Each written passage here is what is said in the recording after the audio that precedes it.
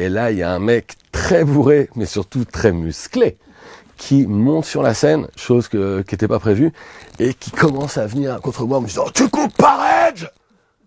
Je dis « Ah oui, mais pardon, tu coupes par Edge !» Bonjour, je suis Thomas VDB, et je réponds aux questions de 20 minutes pour la sortie de mon livre, bougez pas, Fiascorama.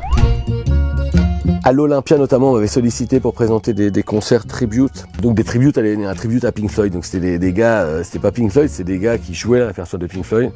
Pareil avec AC/DC, donc des gars qui jouent le répertoire de AC/DC. Et puis le dernier soir, c'était un tribute à Janis Joplin. Et donc à la fin du concert du tribute à AC/DC la veille, le programmateur de l'Olympia vient me voir en me disant « C'est pas plein pour demain, il reste des places, prends des tracts. » Et balance-les dans la salle de façon à créer une pluie de tracts. Et sauf qu'il me donne un paquet de tracts entièrement cellophanés, que je vois bien qu'il est cellophané, donc je décellophane, mais c'est pas assez juste de les décellophaner. Et donc au moment où j'arrive comme ça, voilà, demain il reste des places sur le truc. Et là, j'ai 500 tracts dans la main, et il m'en reste plus que 2, c'est-à-dire qu'il y a un paquet de 498 tracts compacts qui volent comme ça, et il y a une vieille dame au premier rang, je m'en souviendrai toute ma vie, pouf, et qui se prend ça dans la gueule. Et donc là, tu entends tout l'Olympia qui fait oh, et avec un mec qui me hurle juste à l'instant « Tueur de vieilles !» Et donc, moi, je suis sur scène, je viens d'envoyer vraiment un parpaing de tracts dans la gueule d'une vieille dame. Donc, il fallait que je gère la sécu, le côté médical, machin, les hurlements du public. « C'est une honte ! Tout va bien, tout va bien !» Mon premier spectacle, parce que il y a un gros chapitre du livre qui est consacré aux espoirs un peu douchés que j'ai nourris pendant un moment sur mon premier spectacle, parce qu'au début, mon premier spectacle solo, tout le monde me disait « Ouais, ça va être un carton ! Ça va être un carton !» Et puis, à force d'erreurs, de mauvais choix, d'associations avec des gens qui étaient peut-être pas les bonnes personnes, qui étaient des personnes gentilles et pleines de bonne volonté, mais peut-être pas assez compétentes pour accompagner un comique en développement, à un moment, on se retrouve à se dire bon, qu'est-ce qu'il faut faire? Et donc j'ai une réunion, on me dit non, mais t'es pas assez bien sapé sur scène, c'est ça. Et je me dis ah ok, ouais, peut-être tu auras plus de gens dans la salle si je mets une chemise. Et je me mets à croire ce truc qu'on me dit, donc je me dis bon.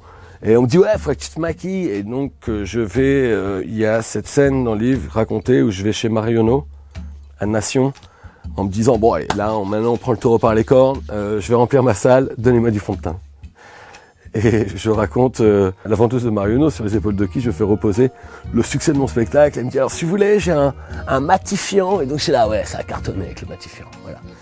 Donc il y a cette histoire de moi chez Marionneau qui se met à croire que Clarins va être la clé du succès. Hyper cher vraiment. Et moi vraiment des flacons comme ça, si tu veux que je perde un truc, donne-moi un flacon comme ça. Ça c'est vraiment ça. Qui compte 50, 60 balles. C'est cher la crème, c'est cher les onguents. Hors de prix. Je comprends pourquoi je vais pas souvent chez Marionneau. Oui, alors ça, tu coupes par Edge, c'est une phrase qui m'a été, non pas dite, mais qui m'a été hurlée dans l'oreille.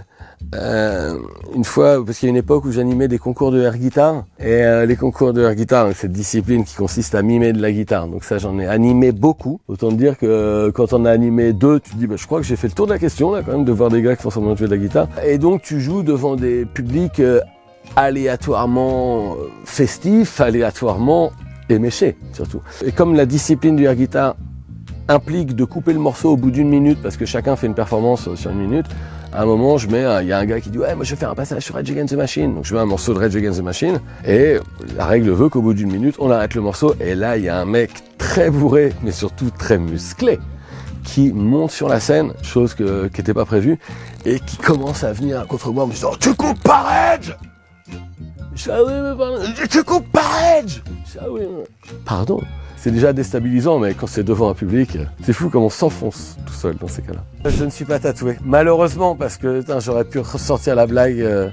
Non, puis ça marche si tu le parles, si tu dis est-ce qu'il est tatoué. Sinon, tu peux pas faire la blague. C'est en référence au premier chapitre. Ça, c'est les gens qui regardent, ils disent de quoi ils parlent. La fois acheter le livre, vous comprendrez. Est-ce qu'il est tatoué? Non, il est tamoué. Bim, mon pote! Et celle-là, je l'ai improvisée.